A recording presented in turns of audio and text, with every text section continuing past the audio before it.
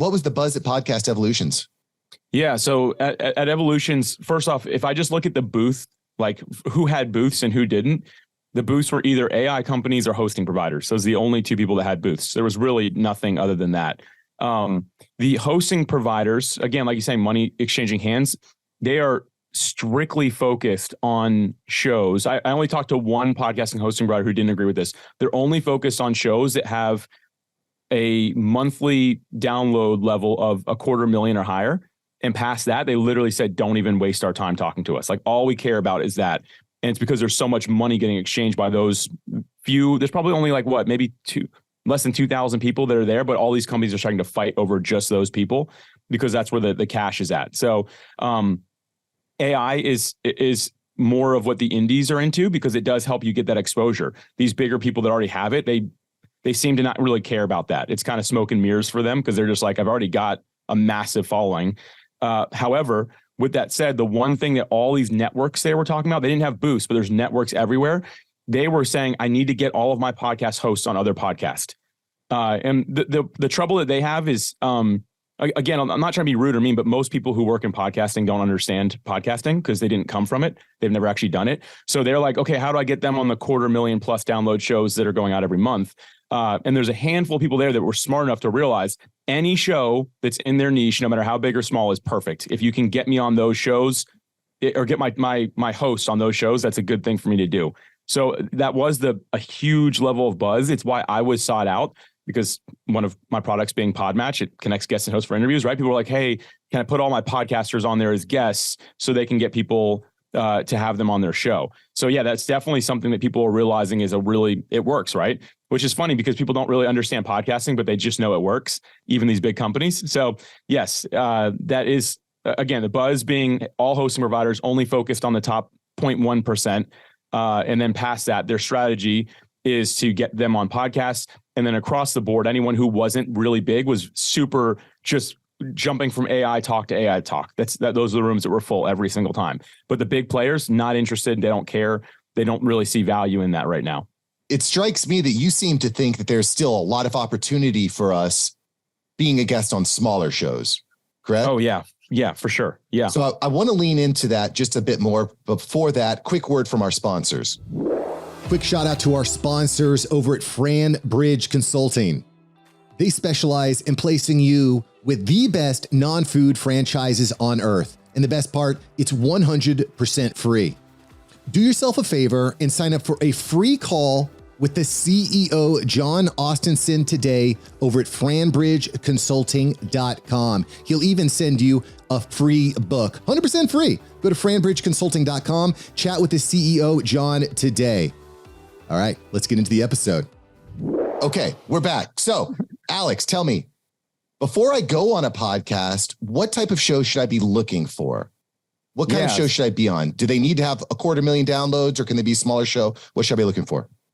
Well, first off, like a big show can be good if it's in your niche, right? It's got to actually be in your niche though. And if it's not, it doesn't matter. Like if there's 1 million downloads on a show that's about mental health, but you strictly talk about how to improve your golf game, that's not going to do well for you. Like it doesn't matter. And at the end of the day, where a lot of people miss it is they're like, well, I want the good backlinks. The backlinks that are good are coming from Apple, Spotify, Amazon, all these other companies. Now, I'm not saying that they don't have high authority domains, but even the biggest podcaster on the planet, their domain isn't near as big as a backlink from Google, a backlink from Amazon, right? They're not even close. No independent has a domain authority on their website as big as those big companies. So when search engines are indexing these things, even Joe Rogan, if he links to you from his website, that's not as powerful as a link from Apple. There's more people who go to Apple's website every single minute than probably go to Joe Rogan's website in a week, right? Like that's just how it works. So you're looking at the highest domain authority. So that automatically levels the playing field. If a podcast has 1 download, then that doesn't make a difference. The domain authority that it's coming from is still from the big websites, as long as they are distributing to all the players. So real quick there, being on a podcast, just make sure that it's on Apple, Amazon, Spotify, right? Which most podcasts do at this point. Be cautioned by the person that says, I don't use a hosting provider. I host it on my own website, because that probably won't get distributed everywhere. But again, to kind of just share this overarching idea here, it's all about the domain authority of where it's coming from. That strictly means how authoritative that website is. So again, it's coming from those high levels. It doesn't matter about the big ones, but going back to the idea of the actual niche, that's the most important thing. There are a lot of people I find who just will go on any podcast, and that can be good for a little bit to like really hone in your message, to figure it out. Or if it's a friend, somebody you have good rapport with, or it's like, man, I've always wanted to share this story, that's fine. But in general, the people that do the best as a guest, they stay focused in their lane. An example of this, I'll give you both examples real quick. The other day I was on a podcast. It's strictly about mental health, and it's about anyone with disabilities and things like that, things that have held them back. I've never been on a podcast like that, but I decided to go on one yesterday strictly because as a kid, I was really dyslexic and I really struggled to learn to read and write. And I'd never been able to share that story, but so many people that I meet have asked me about it. So in my mind, I was like, it'd be great if there was a podcast episode with me sharing that story in detail that I can then direct people to when they ask, instead of being like, sure, let's get on a 30-minute call and I'll tell you about all my struggles as a kid, right?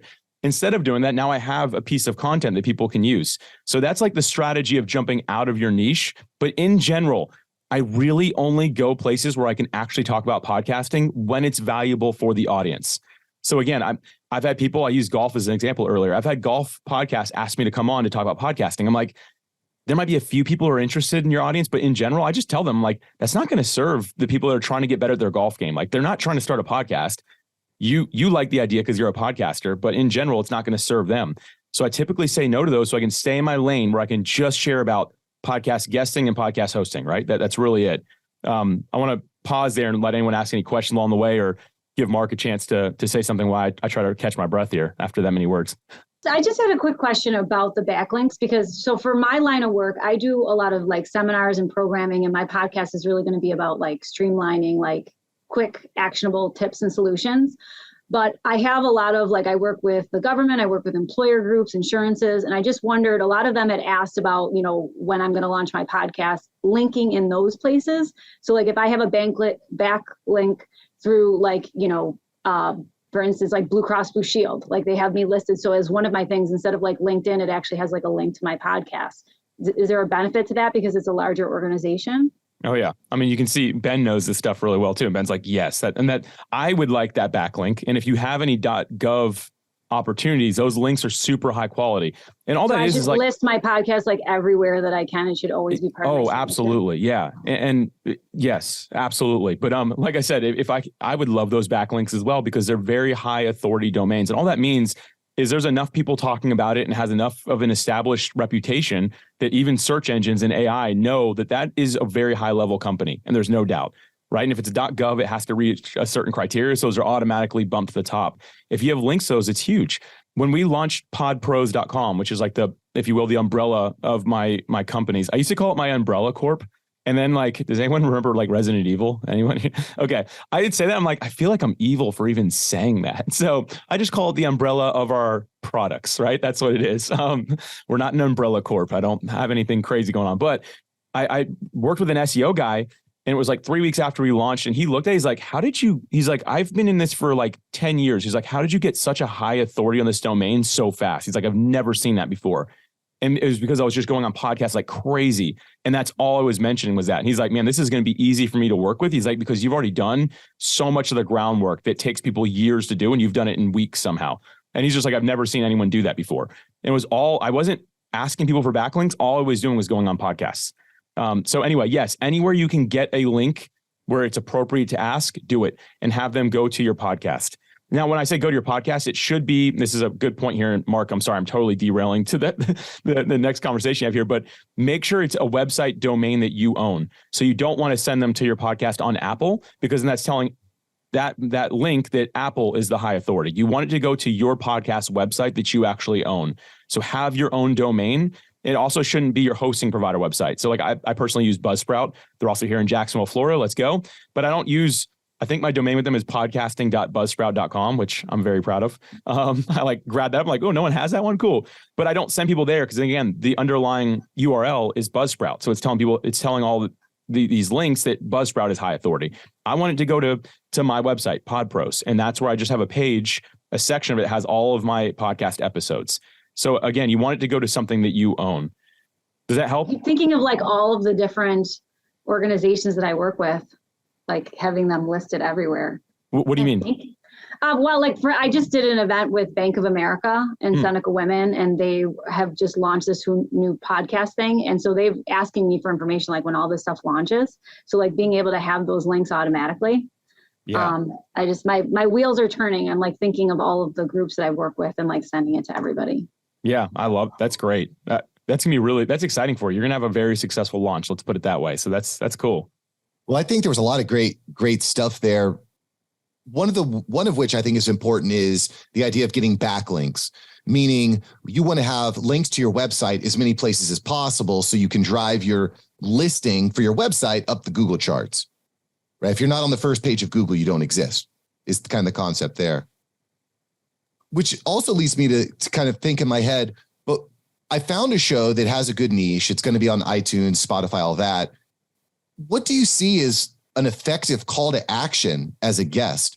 Because I think there's a balance between giving a really good, strong call to action and giving too many calls to action.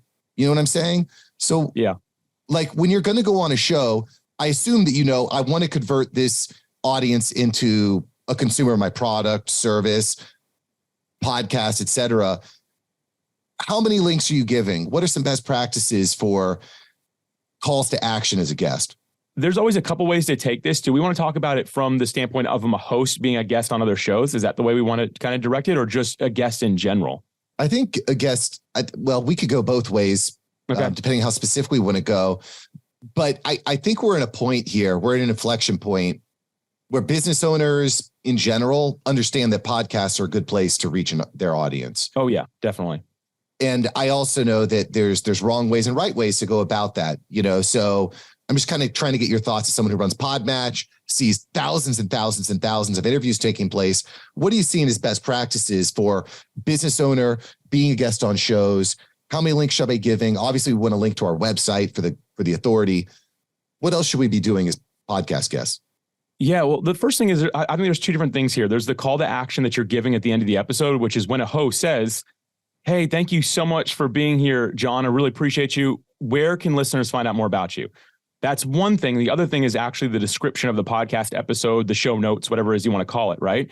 In that, I think it's appropriate to have multiple links, because if someone's digging that deep, they're actually looking for something specific.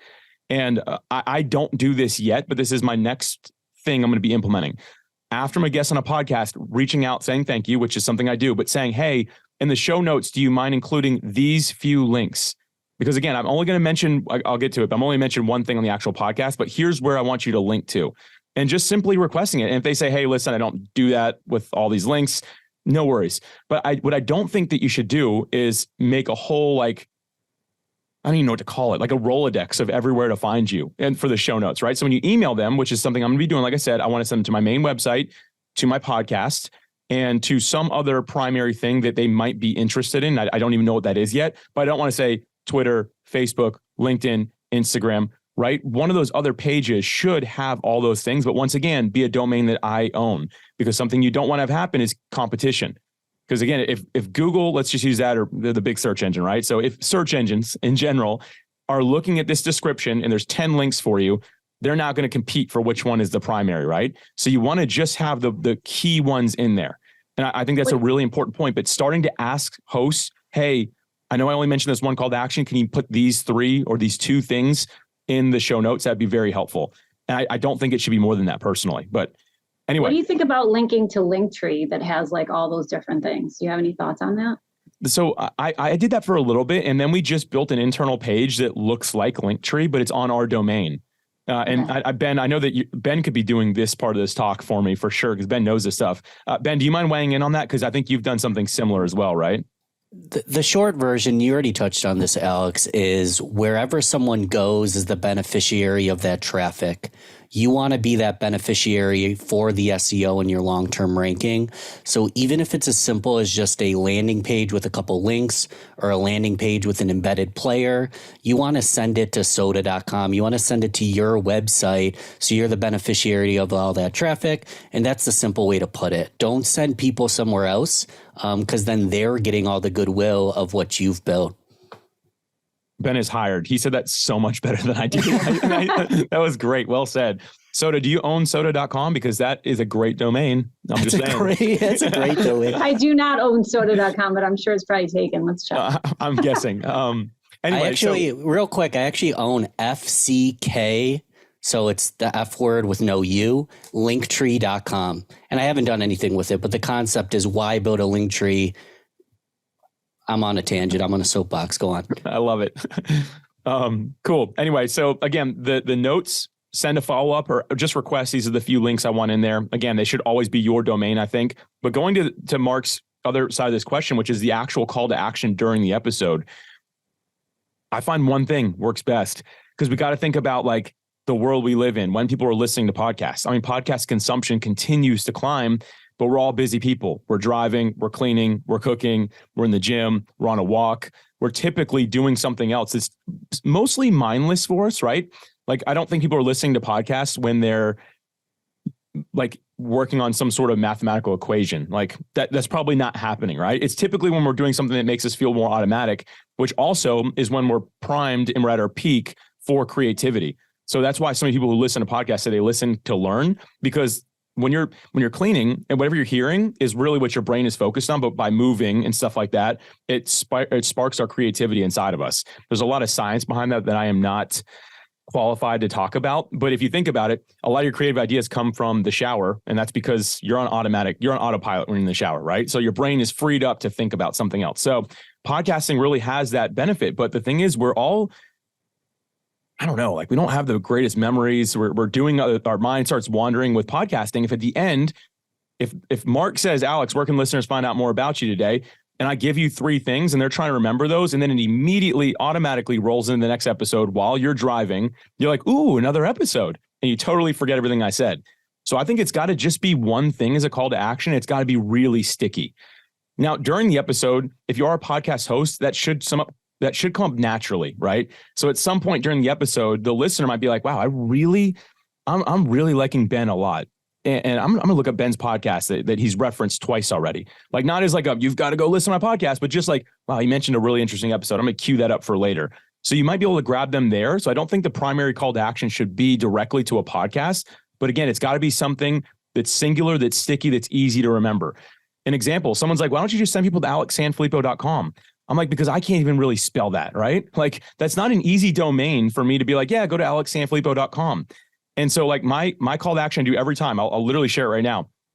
Hey, thank you so much for having me, Soda. I really appreciate the time. Yeah, if listeners want to find out more about me, everything I do is podcasting related. And you can just go to podpros.com/win. On that page, I'll give you 5 quick wins that you can read in less than 5 minutes. I don't want your email address or anything like that. I just want to help you as a podcast guest or host or aspiring podcast guest or host. And again, that's podpros.com/win. And Soda, thank you again for having me. That's my call to action every single time. You'll find my podcast on there. You'll find a way to get more. It's just the top of the funnel that I'm bringing people into. So from the podcast to top of funnel. Mark, I said a lot there, so I'm going to pass it back over to you now. Sorry for talking so much. No, I love where this conversation went. And there's a few, I think, questions that come up from this. One of which, and I mentioned this in the notes, is creating, because just saying, hey, go to podpros.com. The problem with sharing a link like that is it's hard to attribute the traffic. It's hard to track, like, where's this traffic coming from?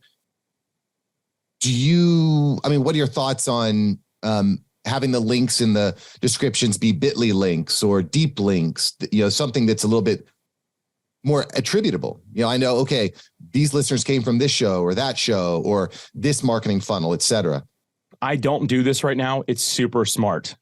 I have not quite found the capacity to do unique links on each of these, but yes, that's very smart. So you can actually figure out, here's why. One of the main reasons is if you're not really sure what kind of podcast you can be on, you can learn that real quick based off of who's following your call to action.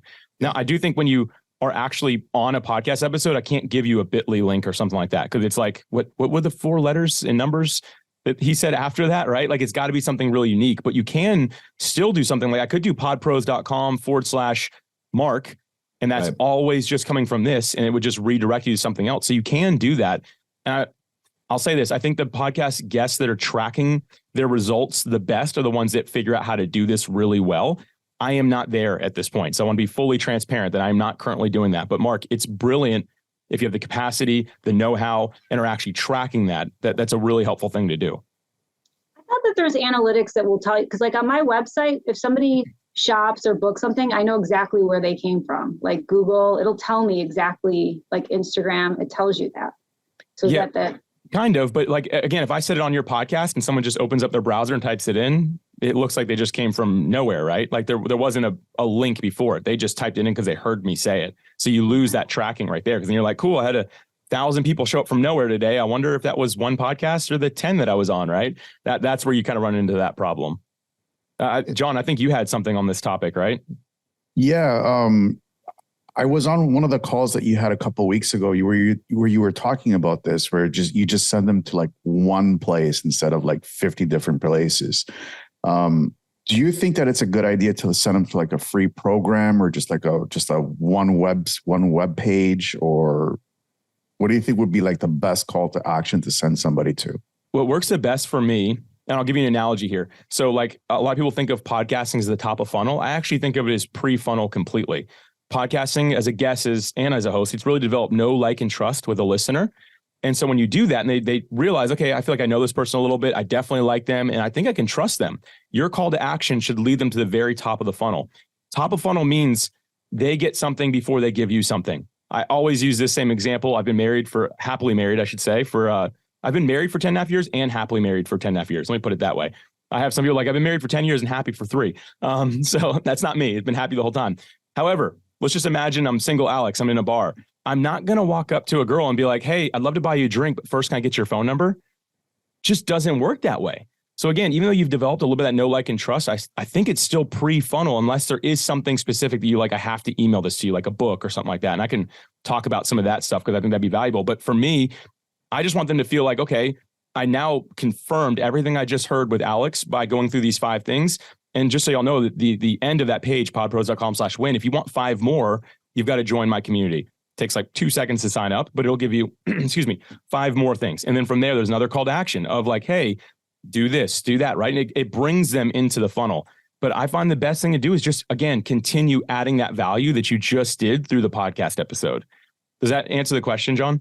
Yeah. So like I had set up, like I'm setting up like a free 7-day workshop to bring people into my community, but specifically, conversations between you and Mark and over the past, it's just that has formed. And it's, I was thinking maybe just before, from the talk that you had last couple, was it 2 weeks ago? I think it was, where you were talking about this.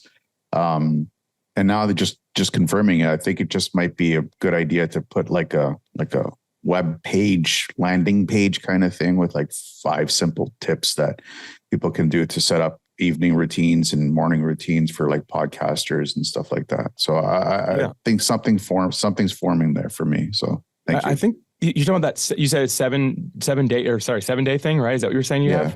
It would be interesting is if you told people that like on that page, if you made a very condensed version of those 7 things and told people to go there. And then the call to action at the bottom is like, hey, if you want to go into these in detail, I'm doing a free workshop on it. So again, that call to action is go check out these 7 things and they can see them all right there. But like, hey, if you really want to learn them and implement them, like, here's where you do that. That might be interesting as well, because it reinforces what they already showed up for versus it being something different than what the funnel is. Does that make sense? Right? Like kind of keeping it all coherent might be an interesting way to do that. Is it possible to do like a separate web page on Mighty Networks to do something like that? I don't know. That might be a little bit more technical stuff. Yeah, that kind of goes over my head there. Sorry. I mean, I would definitely, if we had like 3 hours, I would totally just do a screen share and we'd try it right now. But no one wants to listen to me for 3 hours. So I'm not sure how that works. Okay, I'll figure something out. Thanks. Yeah, sorry. Brilliant. So we hit on a lot of great points here. I've got a few more questions here as we lean into this landing page, trackable links. Quick word from our sponsors though beforehand. Yo, are you interested in business ownership? For many entrepreneurs, the journey starts with non-food franchising. Franchising is simply the better option for many entrepreneurs, and demand is at an all-time high. Lucky for you, John Austinson, founder of Franbridge Consulting, is here to help you today. John and his Franbridge Consulting team are part of the largest brokerage in the US and are constantly vetting the market thoroughly. Franbridge is hands down the premier source for the best opportunities in the non-food franchising world. They will find the best business for you, your personality, and your location. From healthcare to dumpsters, from youth soccer to oil changes, even insulation and windows. And the best part, it's 100% fee-free, no additional costs to you. You may have heard John on Entrepreneurs on Fire. He has served as an Inc. 500 franchisor, a multi-brand franchisee, and in fact, he's one of the top 1% consultants nationwide. Listen, sign up for a free consultation with the CEO, John, today, not his assistant, not his sales team. Sign up for free with John today at franbridgeconsulting.com. That's franbridgeconsulting.com. And guess what? He's even going to send you a copy of his book for free, Non-Food Franchising. For free book. You got to love it. So go to franbridgeconsulting.com right now. All right, let's get into the episode. And we're back. So, Alex, we've been talking about how to be an effective guest on podcasts, how to go on a podcast and actually generate some income from that experience. We've talked a lot about tracking links and so on and so forth. And I'm also curious, you mentioned that you don't even collect an email. So if somebody goes from a podcast to your website, it's like, this is like basic marketing funnel creation 101 is get their email so you own the audience. I'm curious, why aren't you asking for an email when you deliver those value propositions? Aren't you afraid that you're going to miss opportunities? That's a great question. And so for me, I used to start off with that. And I just realized that people would get what they want. And then the next email I send, they just unsubscribe. And so I was like, you know what? What I want is to pre-filter these people more or less, right? Like, I get that maybe I leave a little bit on the table for that. But in general, if you go through those 5 things, you heard me on a podcast, and you still don't want to give me your email address, then I'm probably not a good fit to work with you anyway. But what I find now is I have a very low unsubscribe rate, like very low. And it's because I'm pre-filtering them to determine whether they actually want to be involved in this or not. And so that was just the role that I took. I prefer it that way. It's less work on me to have less people to kind of filter through and figure out, are you serious? Are you not type of thing. That's just the role I took. Some people who are probably much better at email marketing, much better at building out funnels than I am, probably would disagree with that because they're really good at it.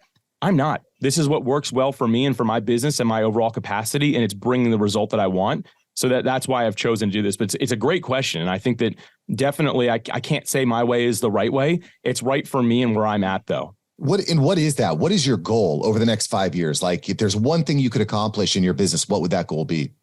Yeah, my goal, I want to help 8,000 people stay in podcasting. I know it's like super specific, but it's like 90, or I guess it's 85% failure right now. So I'm excited to see that that's changing a little bit. But in general, 85% of people who start will stop before the end of 1 year. And for every one podcast that starts, there's pretty much one that is leaving. And that's why we always have about 400,000 active podcasts in a given time. I want to help increase that by 8,000 podcasts. So my goal is to find those 8,000 people that want help, that are open to it, they won't all necessarily pay me, but at the very least, I want to have some impact in their overall success as a podcaster. So next 5 years, that's my goal. I'd actually call that a 3-year goal. I don't know if I have a 5-year goal, but next 3-year goal, that's what I'm after. Great goal. Super clear. I'm a big fan of adding numbers to your specific calls to action and, I guess, mission statement. I will say I'm kind of sometimes shocked at how long it takes people to produce their episodes. No kidding. How long does it take? I'm curious. How long does it take you to produce an episode of your show?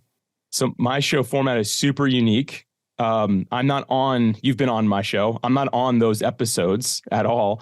And I sub out all the work. So aside from the 2 interviews I do every quarter and my 1 solo episode, which again, I don't actually touch any of it afterwards. So it's 15 minutes for my solo episode and 30 minutes on each interview. Let's just say I spend about 2 hours a quarter on my podcast completely. That's everything. Through all the outsourcing. But I'm looking at your episodes. Most of your episodes are short. And I'm looking at Podcasting Made Simple, 14 minutes, 12 minutes, 12 minutes, 10 minutes, 12 minutes, 14 minutes.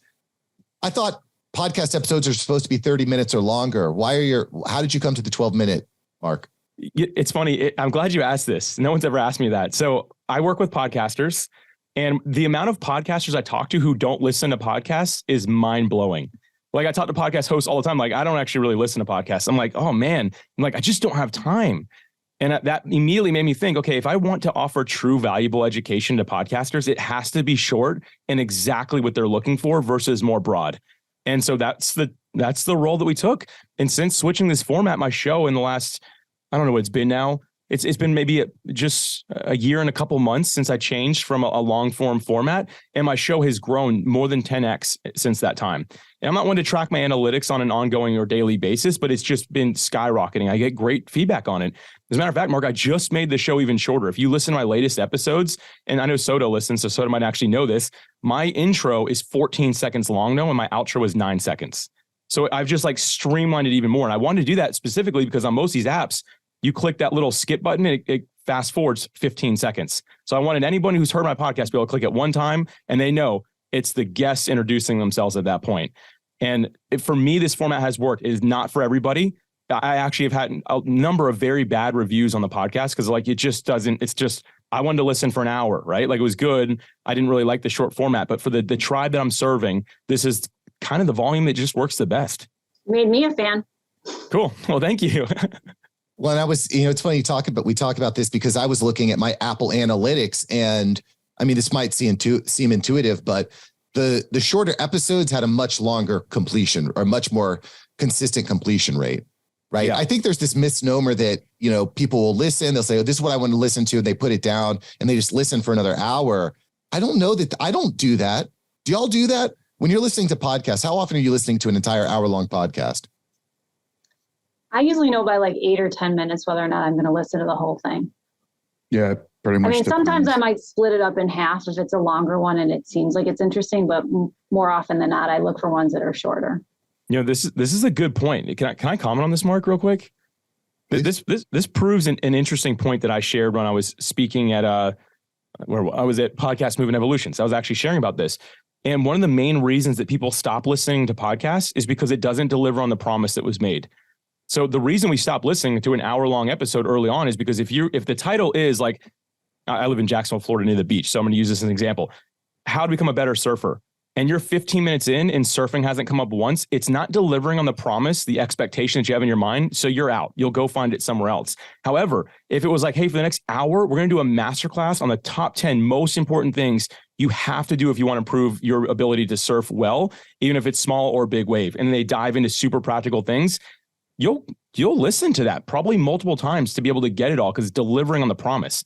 And you can still have fun stories in there. But at the end of the day, if it's talking about where this person went to school, what their favorite subject was, what their other hobbies are, and then there's like 3 minutes at the end to talk about surfing, again, it's not delivering on the promise. Therefore, it's not worthy of any of our time to listen to because we're all listening with some form of intent.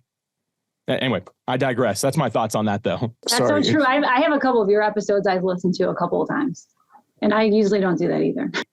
I'm officially Soda. I'd like a shirt with your face on it because I'm now I'm a huge fan of Soda now. So like that's what I'm going to say. So it's interesting, Alex, that you went down to short format. I can speak up to here up in Canada. What's going on here?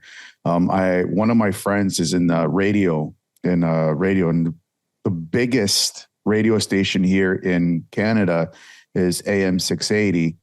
And they have very short spurts of news that goes on every 5 to 10 minutes. And it's the largest station, and they're beating out CBC. CBC's like CNN down in the US. They're the largest listened to across all of Canada is AM 680. So it's interesting that, you went shorter with your times and your audience is growing. It's really interesting. Yeah. It is.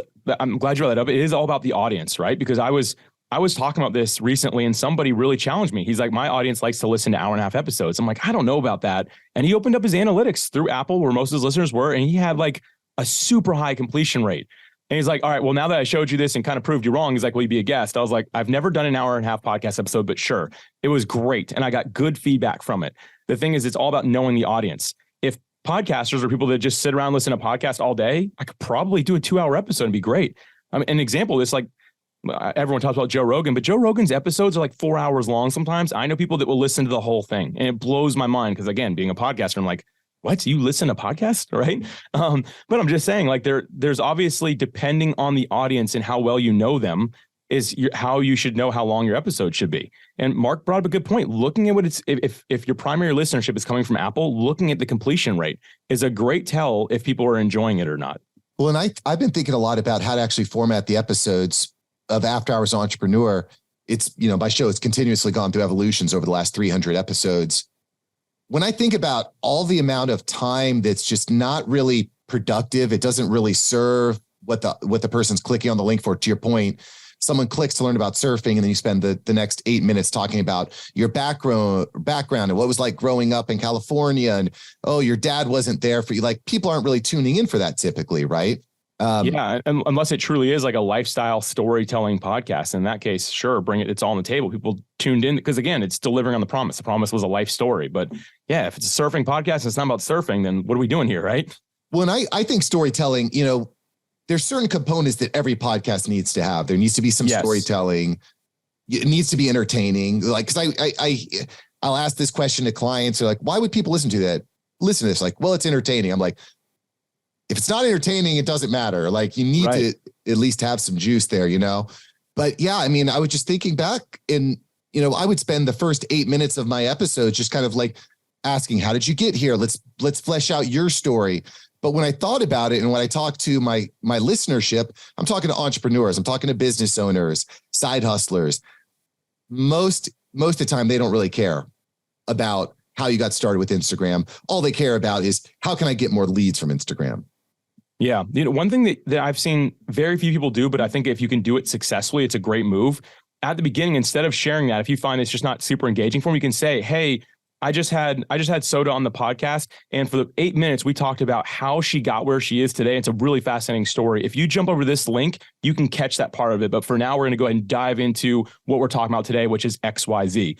Because then anyone who's like, wow, I'd actually like, and typically what happens, someone will listen to the episode and be like, wow, Soda's super interesting. I'm going to go back and listen and even watch that first 8 minutes about her life story.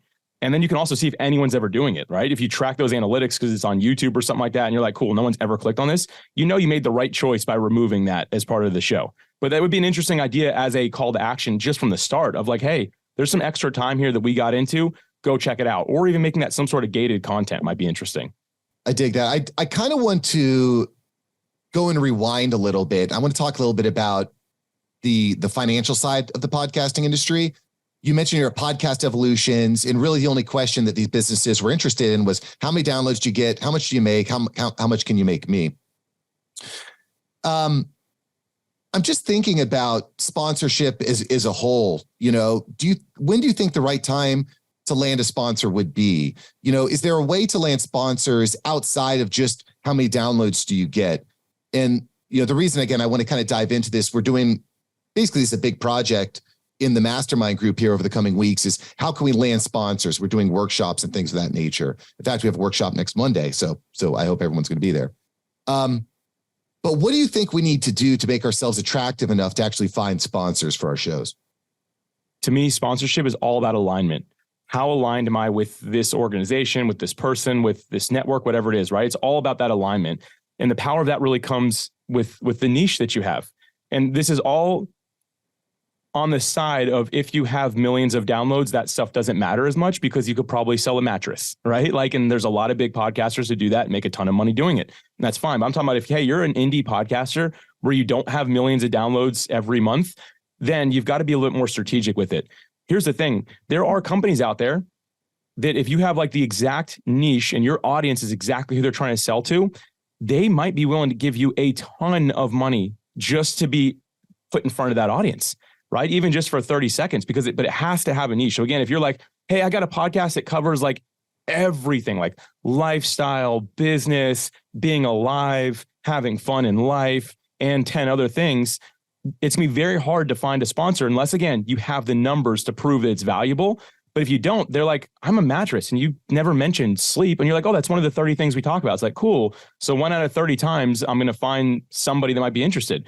Now, if you say, I have a podcast strictly to help people sleep through investing in premium sleep services and products like mattresses, better air filters, all these different things, right?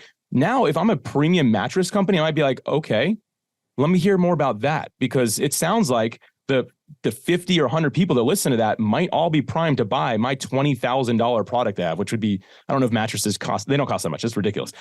My $5,000 top end mattress, right? So they're doing the math in their head, 5,000 times 20. If that's all you have, they're like, that's worth me trying to invest 15 grand in to see if that works, right? because again, you have that right audience. So it's got to be alignment with the niche that you're actually serving and proof that you know who you're serving, which goes beyond just, oh, they're 18 to 35 years old on average. They're mostly in America, but also in Canada and also in Mexico, right? It goes beyond that. And you say, hey, no, this is people that are high achievers, high income earners that realize how they're going to continue to level up in their life is to get better sleep on a consistent basis. So they're always listening to figure out ways to improve that.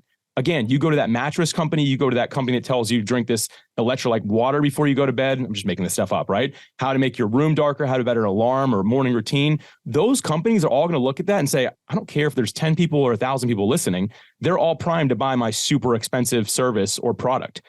I think that when you can get that level, again, alignment with the niche, that's how you can do really well. Specificity. And it's funny you mentioned this. I've been negotiating an advertising deal with an AI company. I'm big into AI. I've talked a lot about it. And we were very close to getting there, but they were kind of like, we don't know that there's that specificity in your show. Cause I'm speaking to all sorts of entrepreneurial issues on the After Hours Entrepreneur. I'm not specifically talking about tech, AI.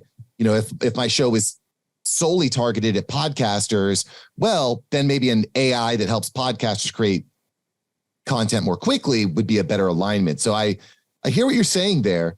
Because you could also do something like if your podcast was literally focused on content creation for busy entrepreneurs, right? Then an AI company would be like, yep, that's who we're here for. Like clearly there's an alignment there. So yeah, I mean, that's exactly that point there. And I think that early on, that's how you really just knock it out of the park, showing people, hey, I've got who I've got who you're trying to sell to right here. And they are loyal and they're here with me every week or whenever you're producing episodes.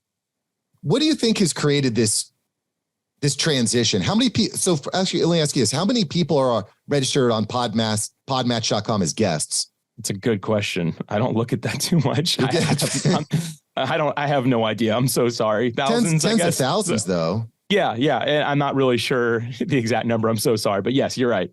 I mean, why do you think there's this shift? Because I'm getting hit up all the time by business owners that want to be guests on podcasts. Is there something that happened that made people say, okay, I need to be a guest on more shows? I mean, I even made a presentation at Podfest about this. There's people paying up to $50,000 to be a guest on one show. Yeah.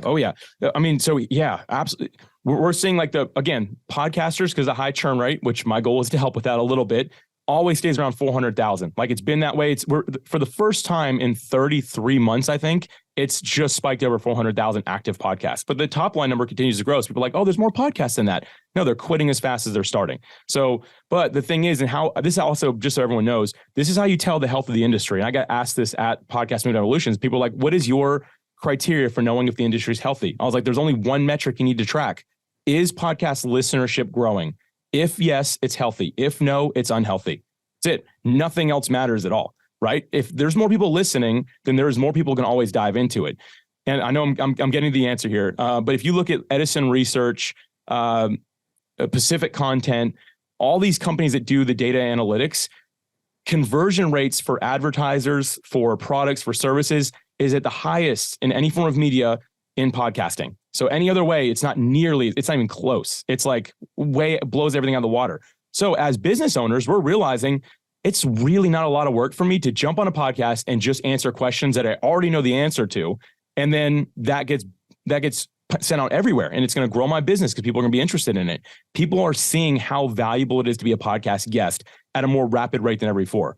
Going back to that 400,000 active podcasters, I can't remember the company that's doing this research, but somebody was looking at who's actively looking to be a guest on podcasts. There's estimated to be over 12 million people right now actively looking to be a guest, right? I don't know how that criteria is figured out, but I'm guessing it's people who've been on more than one show and are continuing to search, right? So like you think of the difference there. We're seeing that people are realizing, oh man, everyone I know is listening to podcasts. I should start being on them because I have something of value that I would gain from that. So, I mean, we're just seeing it blow up right now. Even on our side of things, we see, here's the thing. We do zero marketing with podcast guests. As a matter of fact, when I meet somebody who I think would be a good guest on a podcast, I don't even tell them what I do. They're going to find it themselves. But when I meet a host, I'm like, hey, do you need help finding guests? Do you want to streamline that process? Is there anything else I can help you with? Because if I serve you and you work with me, the rest just seems to follow. Through and through, that's what we're seeing. I have some concerns with that for the future health of podcasting, but in general, the opportunity, people were just realizing how valuable it is to be on podcasts because it works. I was talking to an agency owner last week. I don't remember the exact number, but I said, hey, if I was to sign up with you as a client because I want to be a guest on more shows, what does that look like? They're like, well, over the course of, and again, I don't remember the exact numbers, but it was something along the lines of, over the course of 3 months, we'll get you placed on 9 shows and it's 15 grand. And I was like, whoa, you're going to put me on 15 grand to go on 9 shows? And the fact that they could make that offer tells me that people are paying it. Oh yeah.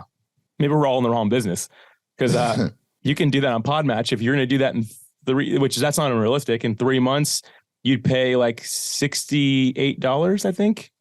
So clearly I got into the wrong business, but anyway, I'm not being serious. Yeah, but here's the thing that's interesting though, Mark, and this is something that's keeping me up at night right now because the rate of growth of people trying to be guests on podcasts is getting really competitive. And one of my concerns, this is really early stage, so forgive me if I don't articulate this well, is at some point the barrier to entry of cost of who's able to get on podcasts based off their expertise.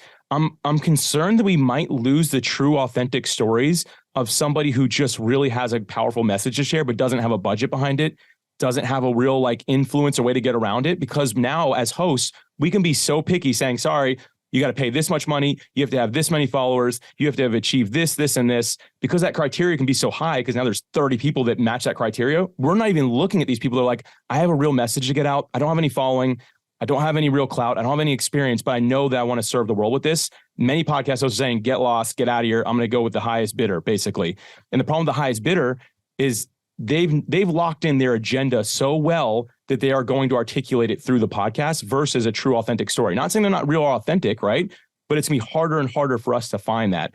So I'm a little bit concerned about the future of podcasting because I wonder, is it going to remain this true, transparent way of serving the world where anybody who has a message, something that can help somebody is going to show up and is just going to turn it into this top line people with the most money, the most influence, the most status that are going to just continue to share their agenda?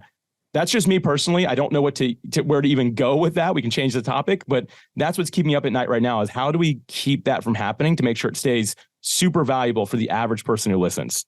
I think in general, whenever there's a new technology or new innovation, it starts out for everybody, but it slowly centralizes in.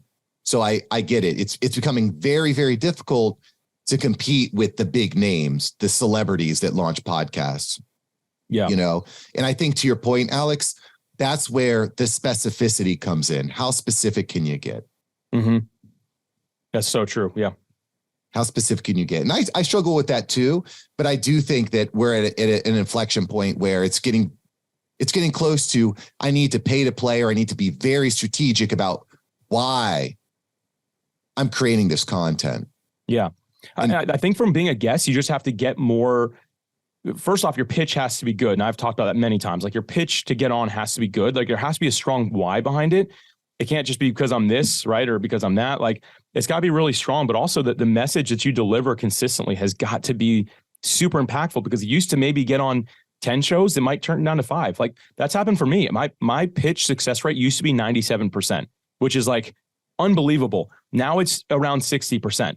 I'm not sharing it any differently. I'm not doing any worse of a job or not putting the effort. But the truth is, there are 10 people more qualified to share anything that I've talked about even today, right? And now they're all going after getting on podcasts. So my competition is a lot more. So now I just have to remember, okay, I'm not going to get on as many as I used to, but I got to pack a punch when I'm there. I have got to show up in my best possible way to serve as much as I possibly can, to leave it all on the table. So that when I'm gone, I'm not I wish I would have brought up those 4 things, right? Oh, that would have been really helpful. And we can always do that to ourselves. But in general, I have to be you know what? I left it all there. I gave it 110%. I'm going to trust that that's going to be impactful for people's lives. Have you ever paid to be a guest? I paid one time. It was mostly to test it out. I paid to be on Entrepreneurs on Fire. And it was interesting. We have a different perspective on that whole thing, right? But I was I want to give this a shot and see how it goes. And I'm a big fan of John and I are friends. And by the way, there's no exceptions. If you're his mom, you're paying $3,500. That is the hard, fast rule at his company. Is that same price no matter who you are?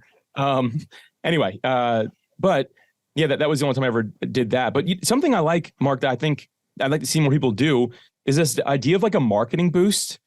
So as an alternative of like, okay, instead of charging my guests, like if they do a really good job, what if I offered them a way for us to run ads against that episode together?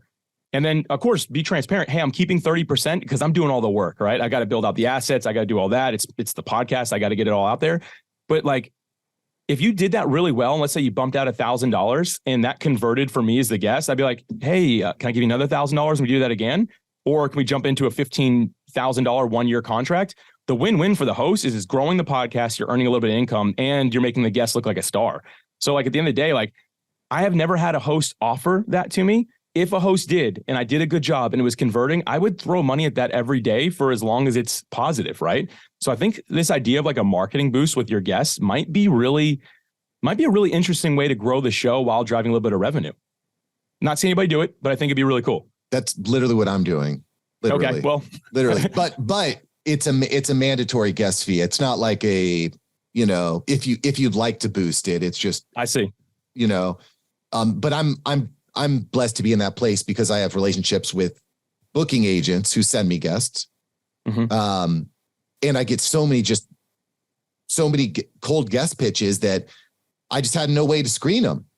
I was just sending them all to this form to go and die. And now I said, hey, now there's a guest fee, and that's been a great funnel for filters income out your tribe. I think it's great. It works great for you, man. It filters out that tribe. And the fact that you're the only person I've ever met doing what I'm just calling a marketing boost is great. I mean, I think it's brilliant. Yeah. And I think regardless, we all need to be figuring out how can we actually get some cash flow going, because having a show with no cash flow, I don't think is where we want to be. You've got to find. It's tough. I mean, it's definitely, if it's your hobby, that's great. And there's nothing wrong with that. But at the very least, I always tell people, I'm like, offset your production costs at the very least, right? Yes. And Daniel, I agree. Mark is brilliant. He's one of my favorite people in podcasting. If he called me and said, I need you back tomorrow, I do this. And also if he hit me up with a text and said, I need your social security number, I'd give it to him because I trust the guy completely. So, but I would maybe question that a little bit. Like, why do you need that though?